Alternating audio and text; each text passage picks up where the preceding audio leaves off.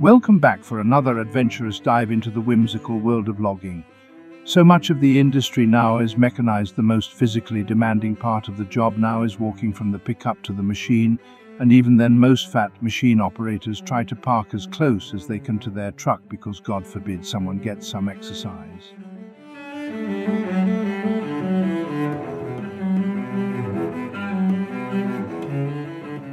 Seldom are men seen on the hillside anymore, but there are a special few who still trip, slip, and fall their way along the savage British Columbian mountainside. They are what is known as rigging rats. But before we get to them, we must first touch on the fruitcakes who are first in the bush to map out logging blocks. Nothing is better than looking at maps and a computer screen to plan out a block. Layout crews will put in leaf patches and other inconveniences in what always seem to be the most ignorant spots possible. But it's not to worry. In a mere matter of minutes, a leaf patch can easily be laid to waste naturally, as yarding hundreds of trees near them will wipe them all off the face of the earth. Whatever remains will surely be blown over during a windstorm, as always happens.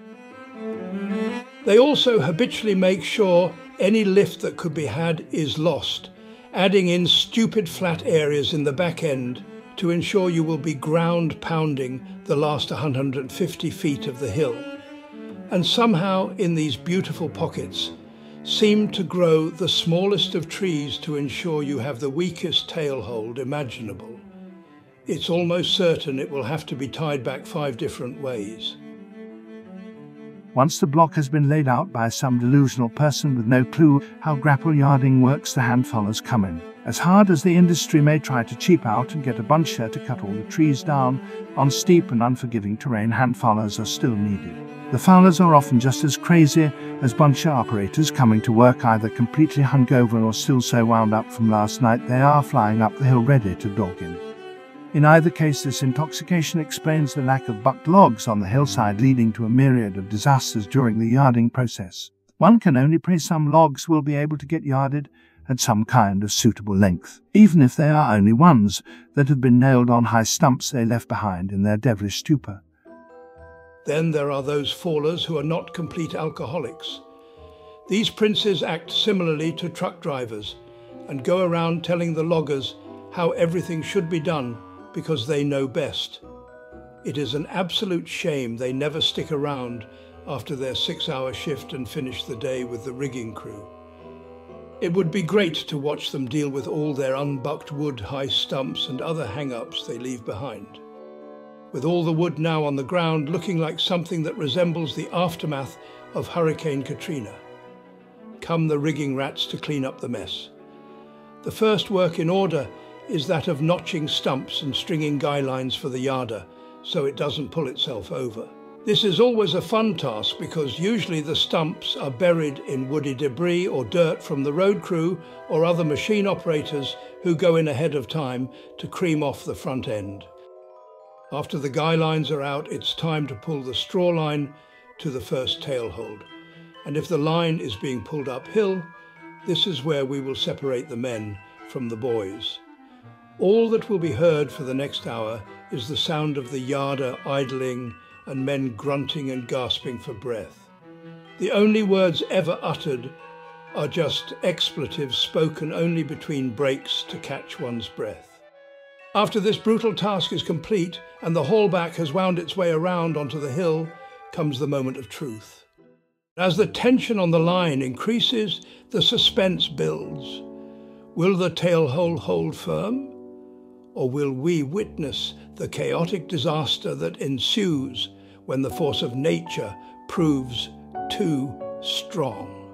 Few words can describe the horror that is the sight of the haulback flying down the hill and the realization of the painful, bloody work that is about to take place to try and save this disaster. If all goes well and the tailhold stays in the ground, the grapple yarding begins and logs start to make their way to the landing. As the yarder operators tirelessly collect every visible log, a figure on the hill wanders near the lines, peering closely for any overlooked timber. The ensuing dialogue in the yarder cab is a symphony of frustration as the operator bellows in dismay at the seemingly nonsensical commands from the man above. Countless efforts are made to grasp a minuscule piece of wood just out of reach, a task that could easily be resolved by simply choking it out. However, the rigging crew's reluctance to exert unnecessary effort results in a comical dance of laziness.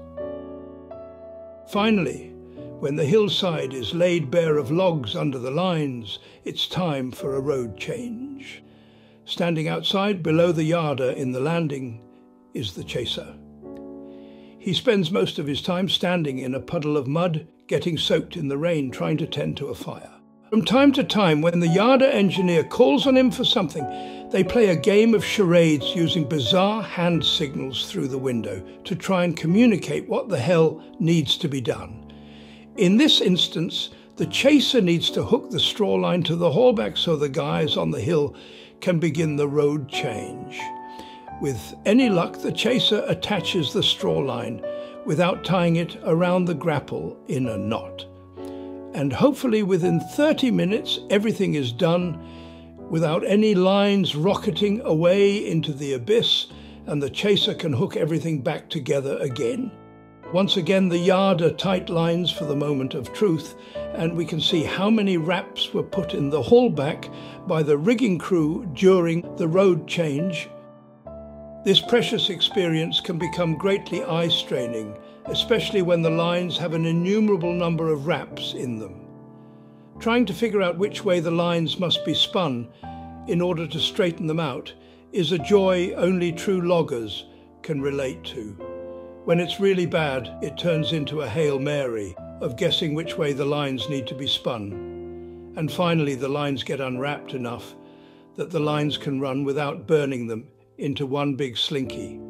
There might be one wrap or a half left in the lines, but the engineer gets so fed up with swinging the grapple back down into the landing, he'll just start yarding. No. We'll do it live! Fuck it! Do it live! Right. Fucking thing sucks! For the rest of the day, there will be radio silence, because now the engineer is so mad, he's about ready to go for the throat of the hook tender. This whole process continues in some sort of similar fashion until all the logs have been drug into the landing, plus or minus a few disasters in between. Long after the final load has been hauled and equipment low-bedded away, months or years later, a new creature arrives. Just as the loggers did, they roam the hillsides, and dare I say, they are accustomed to a life far more filthy and rough than the loggers. The tree planters are a certain kind of special living in their trucks, eating meals not unlike those on a camping trip, and similarly showering just as little too. They work hard, hopelessly trying to plant trees on hillsides, covered knee-deep in branches and on rock bluffs that have been stripped of any viable soil for planting. Getting paid pennies for their work and living conditions makes one wonder if they're just too fried to try and find a better job in civilization, or do they actually think somehow they're getting paid fairly? Whatever the case, the forest's beautiful cycle of life is continued as the next generation takes root in the ground. And all is well with Mother Nature until some clown from the city comes up during a fire ban and lights the whole forest on fire and ruins everything. And on that bombshell, thank you all for watching this production. Like and subscribe. Until next time, cheerio.